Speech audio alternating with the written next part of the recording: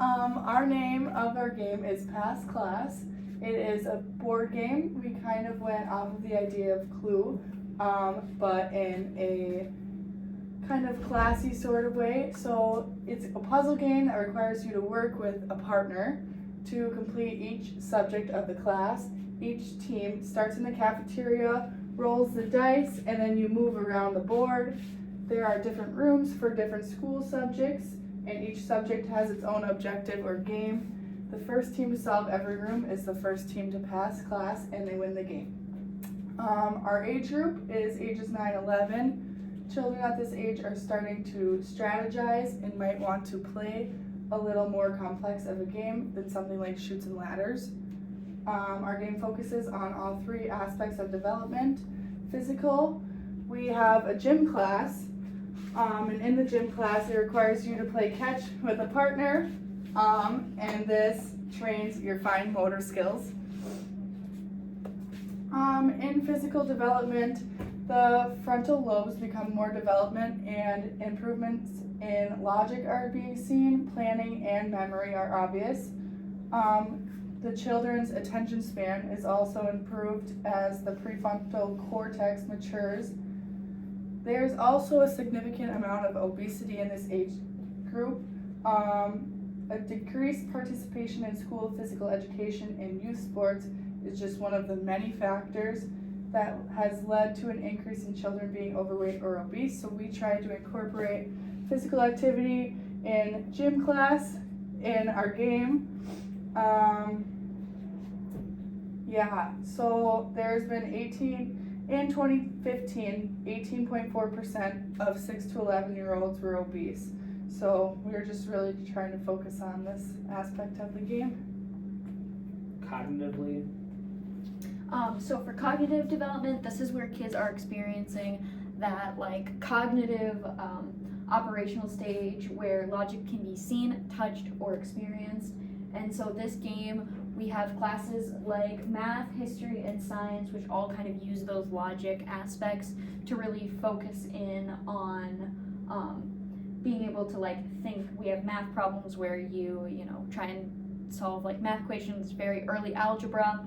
We have history, which kind of draws on trivia and information that kids should already know, as well as some English questions like riddles, as well as like just basic grammar questions. By 10, a child's vocabulary should be about 40,000 words, and so this game like really helps kind of push and pull those limits. At this age, children can recognize memorization and like how well they're doing at a task. Also for this age, it's very important that they really like working towards a goal. And so each of the rooms are like a mini goal for each team to complete, as well as the overall goal of completing the entire game. For social development, As we talked about the game, you play with a team member, and we thought that was very important for social development. Social development, when it comes to play, we came down to two big points that we like to focus on: morality and social pressure. Morality, at this age, children start to notice how their actions might affect others. In games like Monopoly, that's where you get kids who might, act out and be like the absolutely no trade with anybody, or like the kids who are like, ha ha, you have to pay me, you owe me $16 in rent. And stuff like that was a very common thing. I was one of those kids. And morality, we try to tackle that issue in this game by having you have a partner, so that way you have to be nice and play with your partner nice, otherwise you'll end up losing the game and not passing class. The other big aspect with social development is social pressure.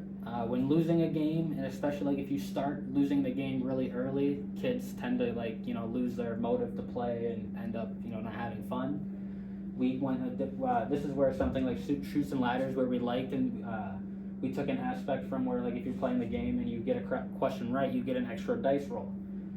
So this is for the people that are in last place, for them to be able to come back from last place and not always feel like they're losing. And at the same time, with the social pressure, if you do end up losing, you have a partner that you're playing with that you lose with, and losing alone is a lot harder than losing with somebody else. When it comes to past class, players, we want all players to feel like they can win even if they're in last place, and not single one player out as the loser. You can come back even in last place and end up winning the game. Another aspect of the game that both reasons were taken into consideration, the morality and the social pressure when choosing a game. One way we thought we could improve it would be to make it bigger and to, mess with more physical development aspects, something like kickball or like a parachute, like from school gym classes would have been nice. But overall, I think socially and cognitively, we did a lot of good work here for the game.